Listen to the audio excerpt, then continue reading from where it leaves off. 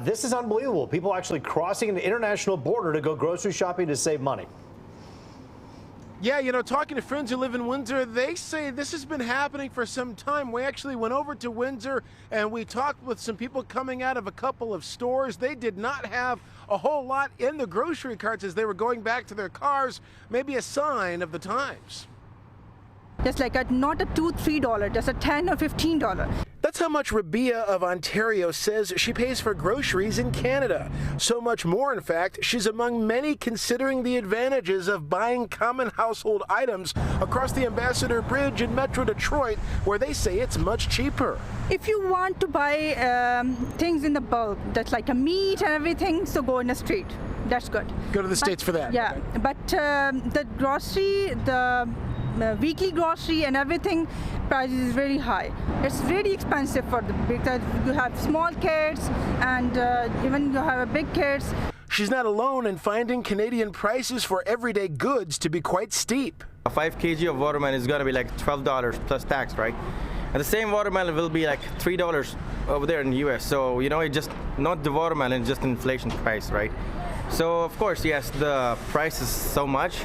So, of course, like, U.S. is a much better place. Canada's yearly inflation rate jumped more than 3% in July, higher than many money experts were expecting. At the same time, economists say consumer inflation went easier on American households last month, meaning price increases have slowed down. We continued our sampling of public opinion in Windsor. Have you seen it like this before here, the prices, you know, the inflation here?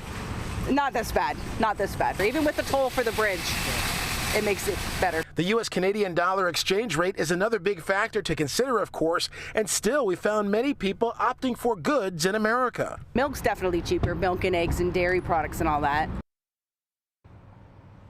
Now, there were some people in Canada who say they were fine with the prices there. They may have had to adjust their budgets a little bit, but they say that's just about it's the same thing across much of the world. Just a reminder, we're living in a global economy and there can be a lot of fluctuations from time to time. Reporting live, Dave Kinchin, Fox 2 News.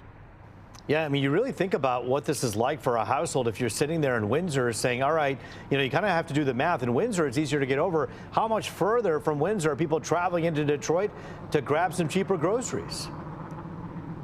Yeah, and if you don't have a pass, it can be almost like $18 to cross both times, right, to go there and to come back. And the other thing, too, is you have to think about all that traffic. You can wait sometimes 40 minutes just to get through customs or security. And, you know, if those groceries are in the car, well, you don't want things to go cold either or spoil. So yeah, that's another thing to consider. It's true, Dave, but when if you have a big family and you're trying to feed, you know, put food on the table each and every night, making a huge run like that and getting as many groceries as you can may not be a bad idea. It's apparently what people are doing. Dave Kinchin for us live tonight. Thank you.